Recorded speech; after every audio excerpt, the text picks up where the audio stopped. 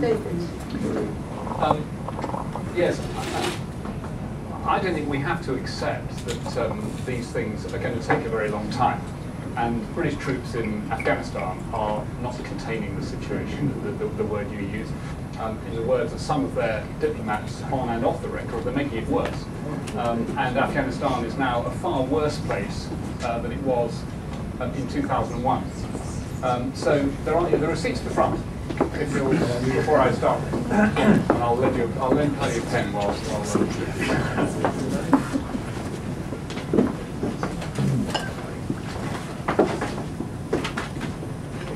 years after the Second World War, Germany and France had already signed the initial agreements which forged the European Union after decades of warfare across Europe and slaughtered millions of people. So I don't think it's impossible to finish ancient hatreds in a comparatively short time. It depends what you do.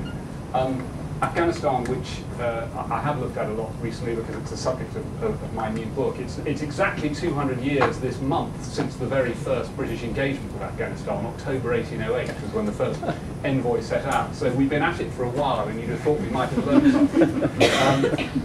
And I think you could point to not just the press, but there's a nexus between journalism and politicians, which as to how you generally frame debates. Debates and ways of looking at situations emerge partly from politicians. Bosnia is the best case in the early 90s when the Tory government didn't want to get involved. Douglas Hurd said, talked about ancient hatreds, and it took the press saying the something must be done brigade, as the politicians described them at the time, to change the perceptions before troops ultimately got involved. But you saw there a disjunction, if you like, between the press and the politicians. Not all politicians. Not all politicians. You were standing up manfully in that. In Afghanistan in 2001, there was a widespread expectation, particularly in the American political establishment, and egged on by the American media, who hadn't been there much for years, that because the Taliban had been painted in Hollywood as a uniquely odious regime, as the Washington Post said in 1998, Tibet is out, Afghanistan is in. I mean, it suddenly became hugely fashionable in the American political establishment to demonize the Taliban. Because you had this uniquely evil administration perceived in the American press and also in the administration, therefore, if you introduced a bit of democracy and got them out of power, then women would, you'll remember the sort of caricature cliche, women would fling off their burqas in the street, and suddenly peace and justice would reign, and trade would flow again, and Afghanistan would return to the family of nations as it had been in the 1970s. Well, of course, it didn't happen, and it didn't happen for a variety of reasons, because the Taliban were not a uniquely evil aberration in Afghanistan. They were just a bit worse or different to the Mujahideen who'd been before, and in many ways they were better, and they stopped poppy growing, they provided clean revenue to the centre, and a limited but efficient administration across the parts of Afghanistan that they controlled. It was safe as a white person to travel day or night across all of the Taliban-held area in Afghanistan. I did it frequently. You couldn't do it now under the US-led domination of the country. So there were things about Afghanistan during their regime which weren't as portrayed for this uniquely evil, odious, and clearly misogynist regime. The other side of the picture, painted by both the press and the political establishment in the West, was that the Mujahideen, who had been martyrs and heroes during the 1980s in the war against the Russians, were good guys. So you had these uniquely evil guys and uniquely good guys, and particularly in the US establishment, the belief was that once the good guys came into office, with a particularly good guy who was a Pashtun installed as their head, who had once been in some way allied with the Taliban, but spoke beautiful English because he'd been to an Indian public school, that peace and justice would reign.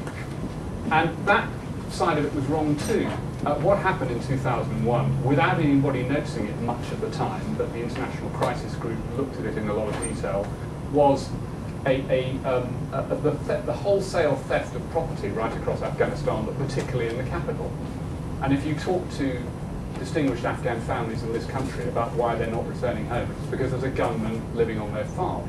Property rights, justice, clean return of land to people who've lost it, are the things that the Afghans want.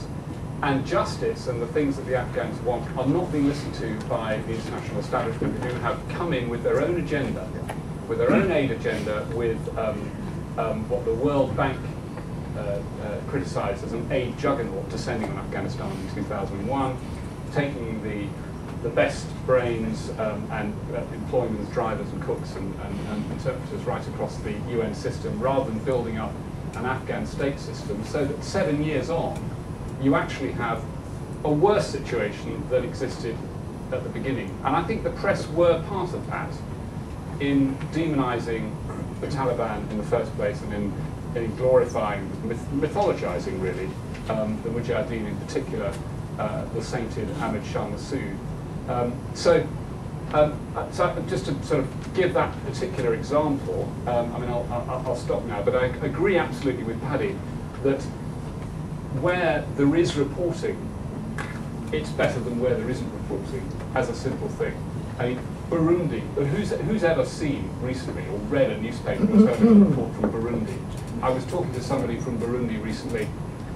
It's threatened by just the same Tutsi Hutu warfare that's potentially about to engulf Rwanda. It's dirt poor, the food price rises hit them harder than anywhere else in Africa. There's almost no aid that can work. There's banditry across the country. It's a highly overpopulated country with potentially fantastic tourism. But no one's heard about the threats to Burundi, because we hardly even cover the worst fighting in Congo, the worst fighting in Sudan. And the places where we don't cover do tend to be worse than the places that we do. Albeit, given the failings of the demonisation, the black-white agenda that we tend to impose on countries. Thank you.